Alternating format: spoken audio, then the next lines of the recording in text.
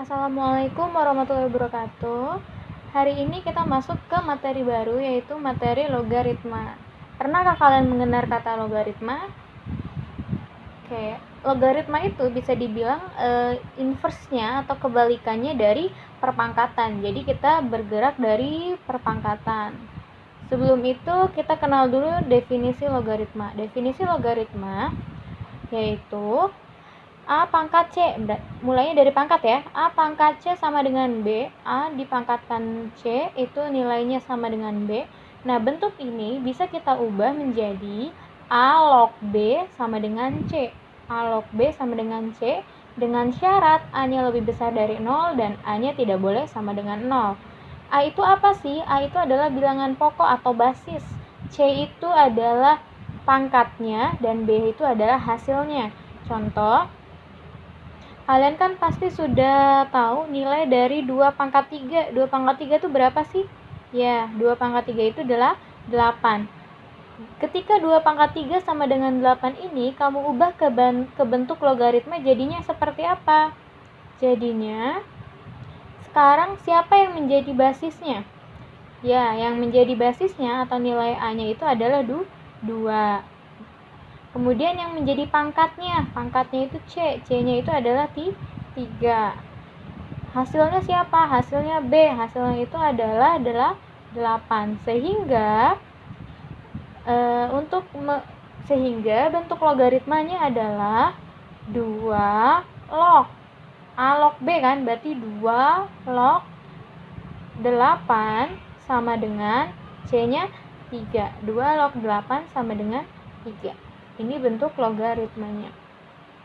Sebenarnya untuk mencari nilai logaritma itu cara bacanya adalah gini. 2 log 8 sama dengan berapa? Berarti 2 pangkat berapa yang hasilnya 8. 2 dipangkatkan dengan berapa yang hasilnya adalah 8. Tuh. Coba kebalikannya. Misalkan saya contoh yang kedua ya, dari logaritma kita ubah ke dalam bentuk pangkat. Contohnya adalah 3 log 9. 3 log 9 sama dengan berapa sih 3 log 9? Iya, tadi 3 pangkat berapa yang hasilnya 9? 3 pangkat 2, berarti 3 log 9 sama dengan 2. Nah, ini kalau kita ubah ke dalam bentuk pangkat bagaimana? Sama seperti tadi. Siapa sebagai basisnya? 3 ya. Berarti A itu 3. Hasilnya B. B itu 9. C itu pangkatnya 2. Sehingga kita ubah ke dalam bentuk pangkat menjadi 3 pangkat 2 sama dengan 9. Paham ya? Ya, paham. Oke, selanjutnya kita akan bahas, kalau tadi pengubahan, sekarang bagaimana cara menentukan nilai logaritmanya. Contoh, tadi kita udah tahu nih 2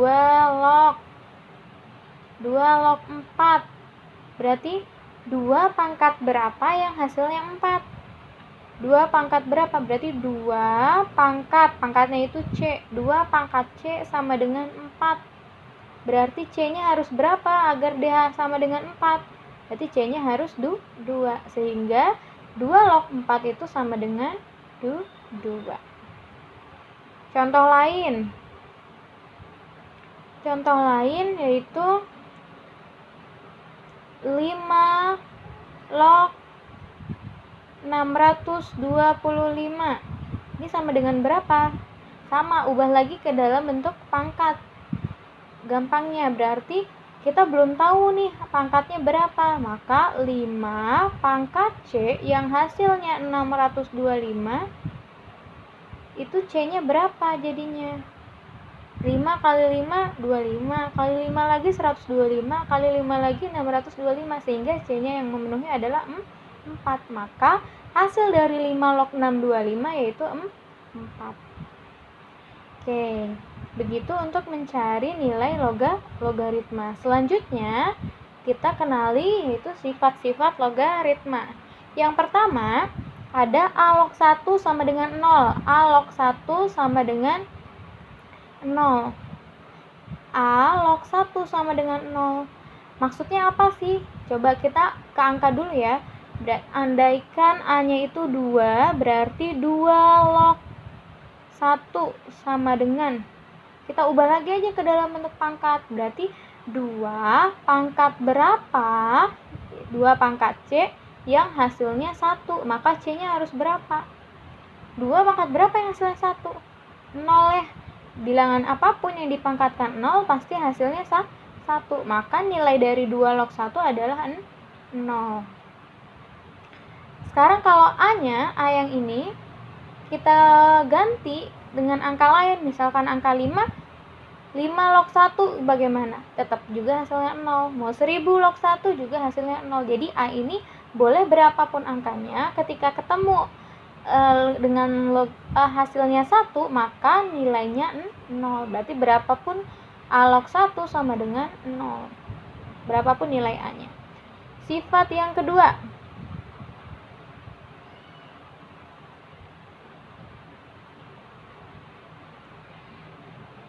Oke, sifat yang kedua yaitu A log A sama dengan 1. Kita ambil contoh lagi menggunakan angka.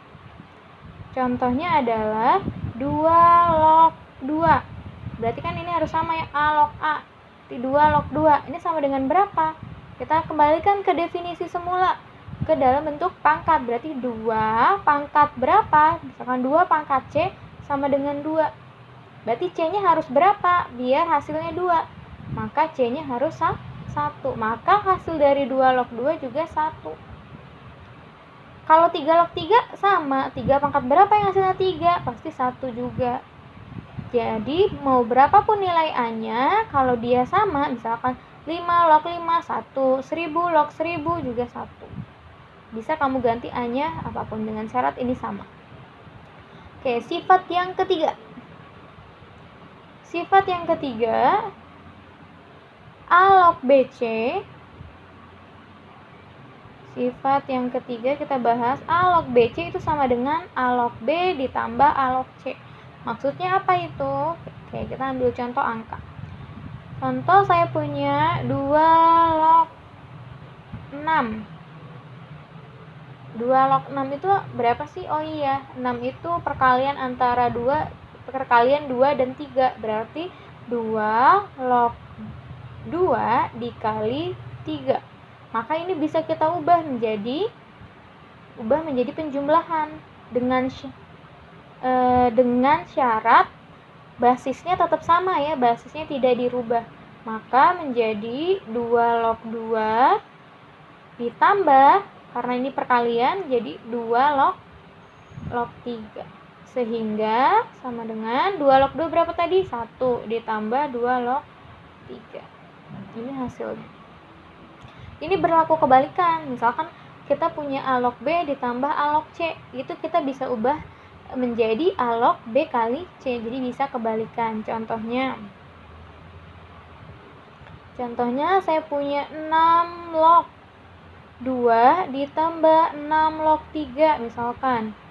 Nah, ini kan 6 log 2 kita nggak tahu tuh nilainya berapa. 6 log 3 juga nggak tahu. Coba kalau kita ubah bentuknya.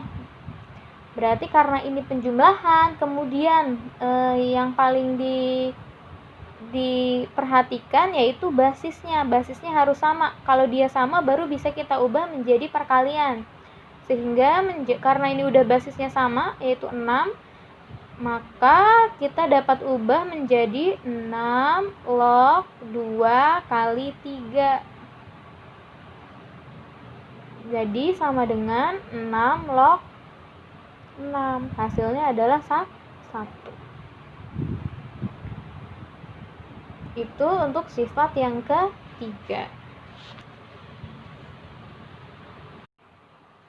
Selanjutnya kita akan bahas mengenai sifat yang keempat, yaitu pembagian.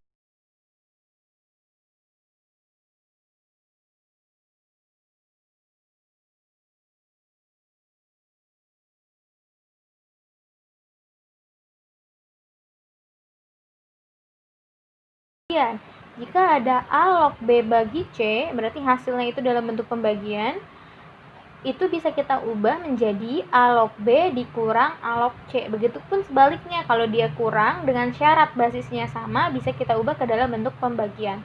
Contohnya, misal saya punya 3 log 3/2. Ini kan dalam bentuk pembagian ya. Ini bisa kamu ubah menjadi, berarti pembilangnya dulu, berarti 3 log 3 dikurang 3 log 2. Nah, menjadi 3 log 2 nya apa? 3 log 3 nya berapa? 1 ya. 3 log 3 sifat yang kedua dikurang 3 log 2 gitu. Jadi ketika pembagian 3/2 berarti nanti jadinya 3 kurang 2, berarti 3 log 3 dikurang 3 log 2 dengan syarat basisnya tetap sama. Kalau di sini basisnya 5, berarti ini semuanya 5 gitu. Kebalikannya, contoh kebalikannya adalah misalkan saya punya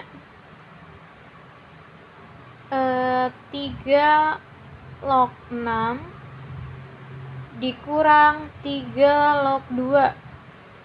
Nah, ini bisa kita sederhanakan menjadi apa? Ini lihat dulu, yang pertama kita perhatikan terlebih dahulu adalah basisnya. Apakah basisnya udah sama? Udah.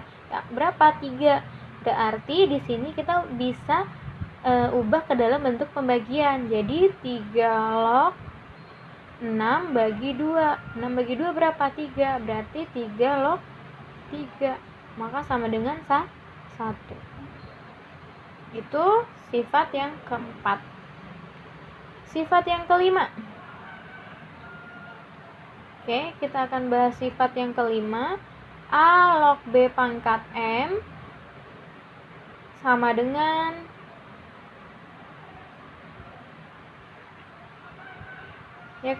A log B pangkat M sama dengan M dikali A log B. Jadi ketika hasilnya dalam bentuk pangkat, kita bisa kalikan ke depan, pangkatnya dikalikan ke depan, berarti menjadi M kali A log B. Contohnya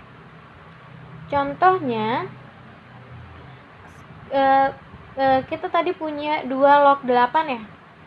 2 log 8 tadi berapa sih gitu kan ya.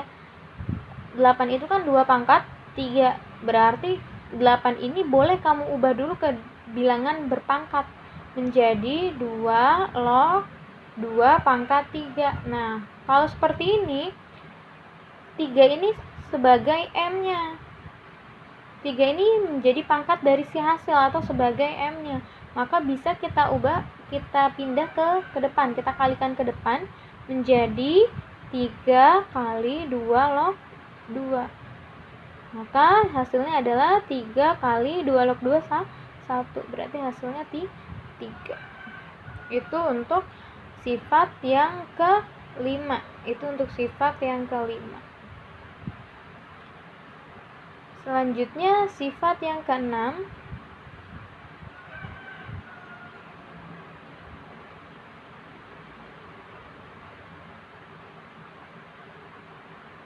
Sifat yang keenam, jadi kalau ada A pangkat N log B, sifat yang keenam, itu bisa kita ubah menjadi A log B pangkat 1/N. Jadi pangkatnya itu yang tadinya punya basis berpindah menjadi punya hasil tapi menjadi 1/N. Setelah itu bisa kita kalikan ke depan si pangkatnya. Contohnya kita punya misalkan kebalikannya 8 log 2. Nah, 8-nya itu pangkat berapa sih? Pangkat 3. Berarti 2 pangkat 3 log 2 gitu kan ya. Nah, ini 3 ini menjadi N sekarang, menjadi N. Sehingga kalau kita ubah menjadi 2 log 2 pangkat 1/N. N-nya adalah 3. Berarti jadi 2 pangkat 1/3. Kita ubah lagi, kita kalikan ke depan menjadi 1/3 kali 2 log 2. Jadilah hasilnya adalah 1/3 kali 1, yaitu 1/3. Itu sifat yang ke-6.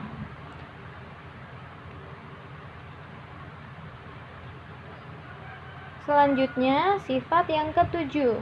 Sifat yang ketujuh yaitu A pangkat N log B pangkat M, itu bisa kita ubah menjadi M dibagi N dikali A log B. Jadi pangkat hasil dibagi pangkatnya si basis. Contohnya, misalkan saya punya 2 pangkat 3 log 3 pangkat 5. Berarti ini bisa kamu ubah menjadi 5/3 dikali 2 log 3. Itu simpelnya seperti itu. Jadi pangkat yang hasil ini kan 3 pangkat 5, berarti 5 dibagi pangkatnya basis 3, berarti 5/3 dikali 2 log 3. Jadi logaritmanya tetap. Selanjutnya, sifat yang ke-8. Sifat yang ke-8. Nih, sifat yang ke-8. Sifat yang ke-8. A log B sama dengan P log B dibagi P log A. Jadi di sini kita bisa ubah basisnya. Yang tadi basisnya adalah A. Ini basisnya A log B itu kan basisnya A. Kita bisa ubah menjadi basis yang lain, boleh. Mau apa aja tergantung soalnya, jadi tergantung kebutuhannya. Yang lebih mudahnya yang mana? Contoh, kalau saya punya soal, misalkan soalnya adalah 3 log 18 misalkan. Nah, ini boleh kamu ubah basisnya yang mana aja boleh. Boleh nggak basisnya 2? Boleh. Kalau kamu mau basisnya 2 berarti menjadi apa? 2 log. 2-nya itu berarti si P, B-nya siapa? 18. Berarti 2 log 18 dibagi 2 log 3. Boleh nggak basisnya selain 2? Boleh. Mau 5 boleh. Berapapun boleh. Tapi usahakan cari basis yang mudah dan sesuai dengan yang diketahui nanti kalau ada soal yang diketahuinya. Itu cara pengubahan basis. Nah, cara lain misalkan kita sifat yang ke-9 ya. Sifat yang ke-9 kita inginnya basisnya itu yang tadinya A. Ini kan yang tadinya basisnya A, kita ubah menjadi basisnya B. Berarti A log B itu bisa kita ubah menjadi 1/B log A. Jadi basisnya dibalik. Yang awalnya A menjadi B. Contoh, kalau saya punya misalkan ya 6 log 2. Ini kan 6 gak bisa dirubah kemana-mana ya. Maka kita bisa ubah, kita balik. Kita pengen basisnya 2 karena lebih sederhana. Berarti jadi 1/2 log 6. Itu untuk sifat yang ke-9. Jadi tinggal diperkan kalau kita ingin mengubah basis dari logaritma tersebut. Selanjutnya sifat ke-7. Sifat ke-7 sifat ke-7 sih. Tadi sifat ke-9, sekarang sifat ke-10. Sifat ke-10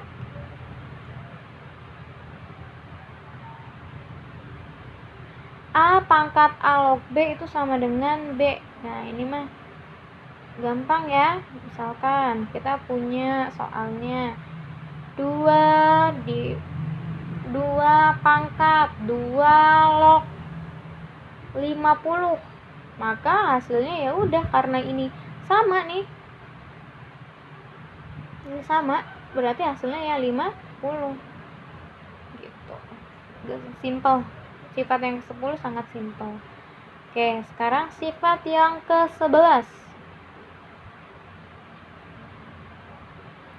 Sifat yang ke-11, di sini ada A log D itu sama dengan A log B dikali B log C dikali C log D. Contohnya, kalau saya punya 2 log 3 dikali 3 log 5 dikali 5 log 8 misalkan. Berarti ini sama dengan, lihat, ini yang perlu kita lihat di sini. Ini sama dengan ini, gitu kan ya? Ini sama dengan ini. Sehingga kita hanya lihat yang ujungnya saja, berarti tinggal 2 log 8. 2 log 8 sama dengan berapa? 3. 2 pangkat berapa yang 8? 3 kan. Tuh. Itu untuk sifat yang ke-11. Itu saja yang bisa saya sampaikan. Untuk tugas nanti kalian lihat di Google Classroom. Terima kasih. Wassalamualaikum warahmatullahi wabarakatuh.